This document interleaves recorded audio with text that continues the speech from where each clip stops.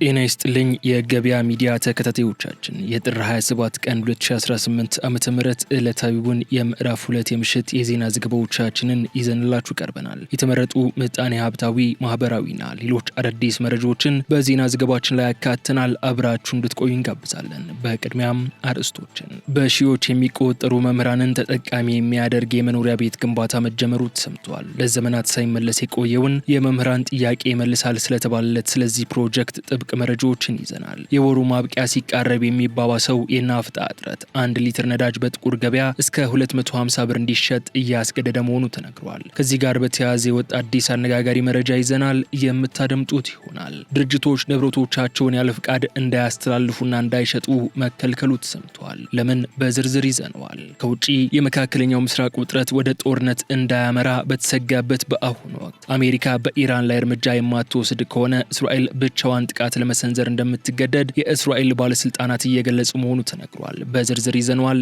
የምታደምጡት ይሆናል። በደረሰ አሰቃቂ የባህር ላይ አደጋ ህጻናትን ጨምሮ የበርካታ ስደተኞች ህይወት መቀጠፉ ተሰምቷል። ዝርዝሩን ይዘነዋል። በአረቢያ ባህር ላይ ሲያንዣብብ የነበረን የኢራን ድሮን በአሜሪካ የጦር አይሮፕላን ተመቶ መውደቁን ተከትሎ በዓለም አቀፍ ገበያ የወርቅ ዋጋ መናሩ ተገልጿል። በቀናት ውስጥ ከፍተኛ መለዋወጥ እያስመዘገበ ስላለው የወርቅ ገበያ ዝርዝር መረጃን ይዘናል። አሁን ወደ ዝርዝሮቹ እንለፍ።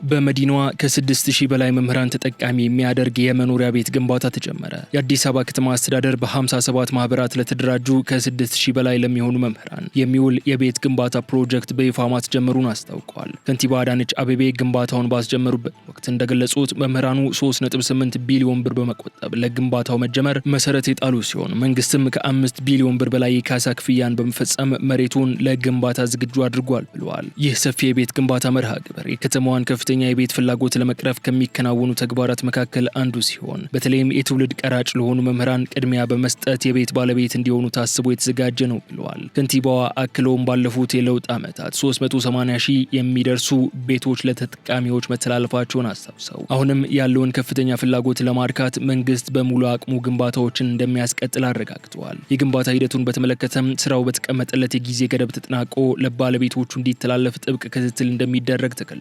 የአዲስ አበባ ትምህርት ቢሮ ኃላፊ ዶክተር ዘላለም ሙላቱ በበኩላቸው የግንባታው መጀመር ለዘመናት ሳይመለስ የቆየውን የመምህራን የቤት ጥያቄ ምላሽ የሰጠ መሆኑን ጠቁመው በዚህ ዙሪያ ያልተካተቱ መምህራን በቀጣይ ተጠቃሚ ለማድረግ የከተማ አስተዳደሩ በትኩረት እንደሚሰራ አስታውቀዋል።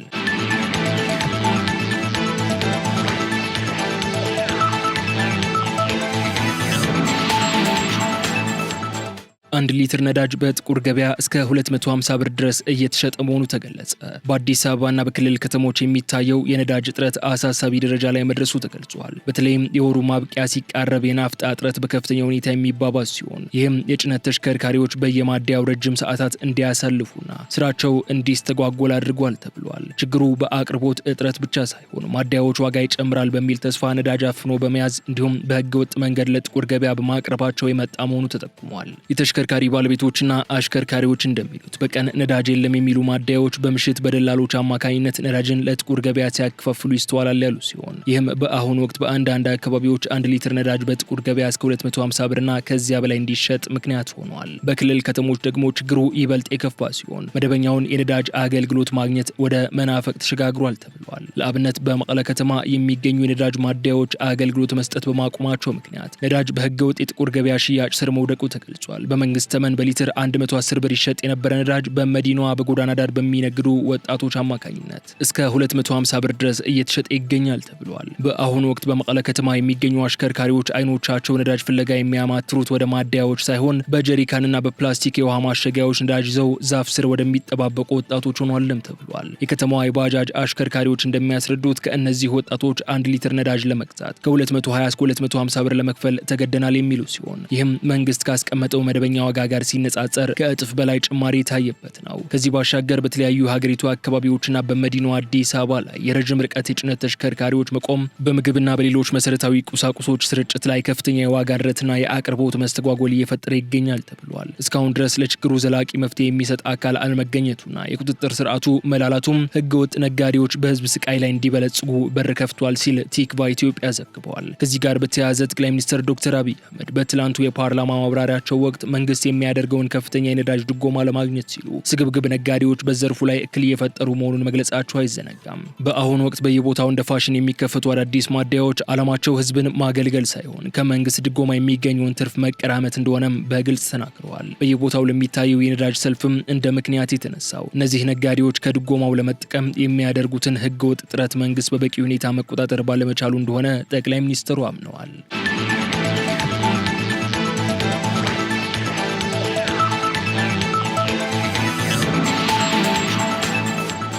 ድርጅቶች ንብረቶቻቸውን ያለ ፍቃድ እንዳያስተላልፉና እንዳይሸጡ ተከለከሉ። የሲቪል ማህበረሰብ ድርጅቶች ባለስልጣን የሲቪል ማህበረሰብ ድርጅቶች ያለ ተቆጣጣሪ መስሪያ ቤት ግልጽ ፍቃድ የሚንቀሳቀሱም ሆነ የማይንቀሳቀሱ ንብረቶቻቸውን እንዳያስተላልፉ፣ እንዳያስወግዱና እንዳይሸጡ ከልክሏል። ባለስልጣኑ ማስጠንቀቂያውን የሰጠው በማህበራዊ ትስስር ገጹ ባወጣው ጥብቅ ማሳሰቢያ ሲሆን ትዕዛዙን ተላልፈው በሚንቀሳቀሱ ድርጅቶች ላይ ተገቢውን እርምጃ እንደሚወስድ አስጠንቅቋል። በ2011 ዓ.ም በተሻሻለው የሲቪል ማህበረሰብ ድርጅቶች አዋጅ ድርጅቶቹ ከየትኛውም ህጋዊ ምንጭ ሀብትና ንብረት በማሰባሰብ በህጋዊና ሞራላዊ ዓላማዎች ላይ ተመስርተው መስራት እንደሚችሉ ይደነግጋል። በህጋዊና ሞራላዊ ዓላማዎች ላይ ተሰማርተው መስራት እንደሚችሉ ይደነግጋል። በዚህም የሲቪል ማህበረሰብ ድርጅቶች በተመዘገቡበት ዓላማ መሰረት ስራቸውን ማከናወናቸው የመቆጣጠር ኃላፊነት በአዋጅ የተሰጠው ባለስልጣኑ በህዝብ ስም የሚሰበሰቡ ሀብትና ንብረቶች ለህዝብ ጥቅም መዋላቸውን የመከታተል ኃላፊነት ተጥሎበታል። እነዚህን ኃላፊነቶች መሰረት በማድረግ የሲቪል ማህበረሰብ ድርጅቶችን ንብረት የማጣራትና የመመዝገብ ስራ እያከናወነ መሆኑም ገልጿል። በተጨማሪም የሲቪል ማህበረሰብ ድርጅቶቹ ከመደበኛ ወይንም ፕሮጀክት ስራዎቻቸው ጋር ተያያዥ ከሆኑ ጉዳዮች ውጪ ሀብትና ገንዘባቸውን በማናቸውም መልኩ ለሶስተኛ ወገን እንዳያስተላልፉም በወቅቱ እገዳ ተጥሎ እንደነበር ይታወሳል።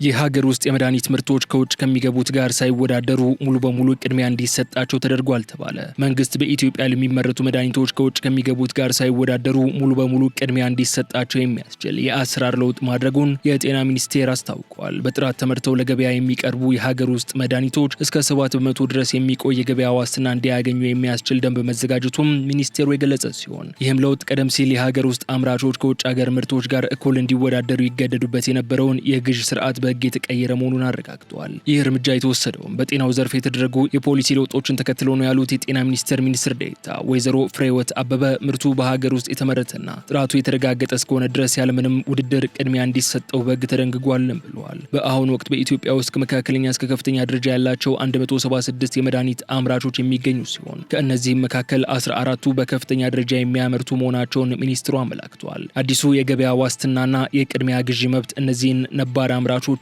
የሚያበረታታ ከመሆኑም በላይ አዳዲስ ወደ ዘርፉ የሚቀላቀሉ አካላትን በስፋት እንዲሰማሩ ድጋፍ ያደርጋል ተብሏል። በሌላ በኩል አንዳንድ የጤና ባለሙያዎች ቅድሚያ የመስጠት ሂደት የመድኃኒት ዋጋን ከማረጋጋትና አቅርቦትን ከማሳለጥ አኳያ ያለው ፋይዳ ቢያደንቁም አምራቾች ጥራታቸውን በዓለም አቀፍ ደረጃ እንዲያሳድጉ ጥብቅ ክትትል ሊደረግ እንደሚገባ ያሳስባሉ።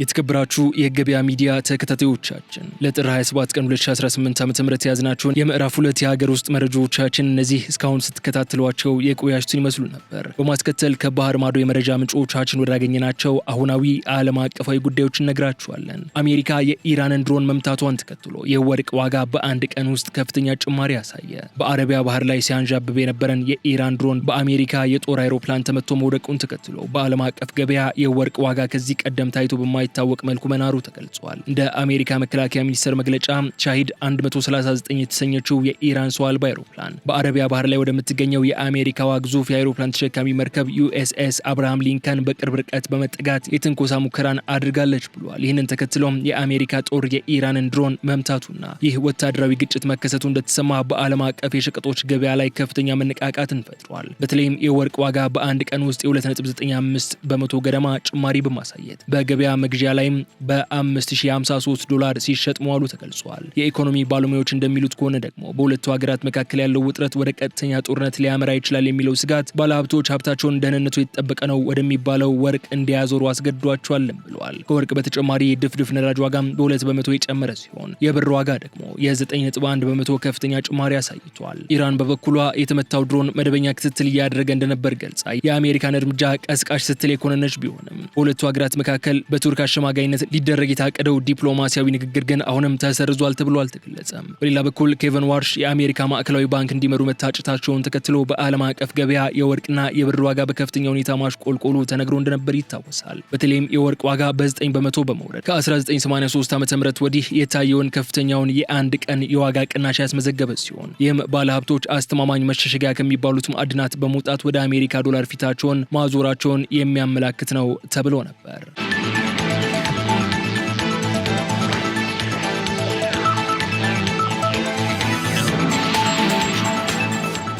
እስራኤል በኢራን ላይ ወታደራዊ እርምጃ እንዲወሰድ በፕሬዝዳንት ትራምፕ ላይ ግፊት እያደረገች ነው ተባለ። የእስራኤል ከፍተኛ ባለስልጣናት የትራምፕ አስተዳደርን በኢራን የኒውክሌር ተቋማት ላይ አፋጣኝ ወታደራዊ ጥቃት እንዲሰነዝር ከፍተኛ ግፊት እያደረጉ መሆናቸው ተነግሯል። የቴል አቪቭ ባለስልጣናት ዲፕሎማሲያዊ ጥረቶች በማቆም አሜሪካ እርምጃ የማትወስድ ከሆነ እስራኤል ብቻዋን ጥቃት ለመሰንዘር እንደምትገደድ የሚገልጽ ጠንካራ መልእክት ለዋሽንግተን ማስተላለፋቸውን ተዘግቧል። ይህ የወታደራዊ እርምጃ ጥያቄ የቀረበውም አሜሪካና ኢራን በቀጣዩ አርብ በኦማን የታቀደውን ወሳኝ ዲፕሎማሲያዊ ንግግር ለማካሄድ በሚዘጋጁበት ወቅት ነው። ፕሬዚዳንት ዶናልድ ትራምፕ በበኩላቸው በፋርስ ባህረ ሰላጤ ላይ ግዙፍ የባህር ኃይል በማሰማራት ከፍተኛ ጫናን የመፍጠር ስልት እየተከተሉ ቢሆንም እስካሁን ድረስ ግን ከቀጥታ ወታደራዊ ጥቃት ይልቅ በድርድር የሚገኝ ውጤት እንደሚመርጡ ፍንጭ ሰጥተዋል። የእስራኤል መከላከያ ኃይልና የሞሳድ መሪዎች ግን በቅርቡ ዋሽንግተንን በጎበኙበት ወቅት ኢራን የኒውክሌር መርሃ ግብሯን ለማፋጠን ድርድሩን እንደ ማዘጊያ ስልት እየተጠቀመችበት ነው የሚል ስጋታቸውን ገልጸዋል። እንደ ዘገባዎች ከሆነም እስራኤል ወይ አሁኑኑ እርምጃ ውሰዱ፣ ካልሆነ ግን እኛ እንወስዳለን የሚል ይዘት ያለው ማስጠንቀቂያን ሰጥታለች ብለዋል። በአንጻሩ የዋይት ሃውስ ቃል አቀባይ ካሮሊን ሌቪት ፕሬዝዳንቱ ሁልጊዜም ለዲፕሎማሲ ቅድሚያ እንደሚሰጡ ገልጸው ሆኖም ድርድሩ የማይሳካ ከሆነ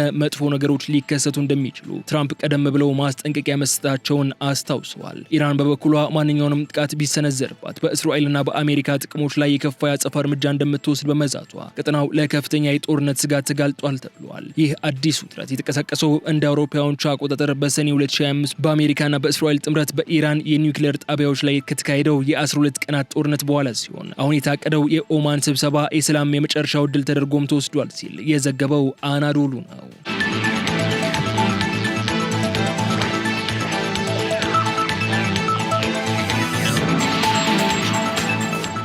በግሪክ የባህር ዳርቻ በደረሰ አደጋ የ15 ሰዎች ሕይወት አለፈ። በግሪክ ቺዮስ ደሴት አቅራቢያ ስደተኞችን የጫነች ፈጣን ጀልባ ከሀገሪቱ የባህር ጠረፍ ጠባቂ መርከብ ጋር በመጋጨቷ ቢያንስ የ15 ሰዎች ሕይወት ማለፉ ተገልጿል። ከቱርክ ተነስታ ወደ ግሪክ እያመራች በነበረችው በዚች አነስተኛ ጀልባ ላይ ከ30 በላይ ተሳፋሪዎች እንደነበሩ ተገምቷል። አደጋው የተከሰተው በቭሮንታድስ መንደር አቅራቢያ በሚገኘው የቺዮስ የባህር ወሽመጥ ላይ ሲሆን የግሪክ ባለስልጣናት እንደሚሉት ግጭቱ የተከሰተው ስደተኞችን የጫነው ጀልባ አደገኛ እንቅስቃሴዎችን በማድረግ ነው። የባህር ጠረፍ ጠባቂዎች ጀልባዋን ተመልክተው ወደ መጣችበት እንድትመለስ ትዕዛዝ ቢሰጡም አዘዋዋሪዎቹ ጀልባዋን ወደ ጠባቂ መርከቧ በማስጠጋት ግጭቱ እንዲከሰት ማድረጋቸውን የሮይተርስ ዘገባ አመላክቷል። ከተሳፋሪዎቹ መካከል 25 ሰዎች ማዳን ቢቻልም በህይወት ከተረፉት ውስጥ አንዲት ስደተኛ በኋላ ላይ ህይወቱ አልፏል። አሁንም ድረስ የጠፉ ስደተኞችን የመፈለግ ስራው የቀጠለ ሲሆን ጉዳት ከደረሰባቸው መካከል 7 ህጻናትና አንዲት ነፍሰ ጡር ሴት እንዲሁም 2 የባህር ጠረፍ ጠባቂ መኮንኖችም ቀላል ጉዳት ደርሶባቸዋል ብለዋል። ነገር ግን የሟቾቹም ሆነ የተጎጂዎች ዜግነት እስካሁን በይፋ አልተገለጸም። ግሪክ ከአፍሪካ ከመካከለኛው ምስራቅና ከኤስያ ወደ አውሮፓ ለመግባት ለሚሞክሩ ስደተኞች እንደ ዋነኛ መሸጋገሪያ ሆና የምታገለግል ሀገር መሆኗ ይታወቃል።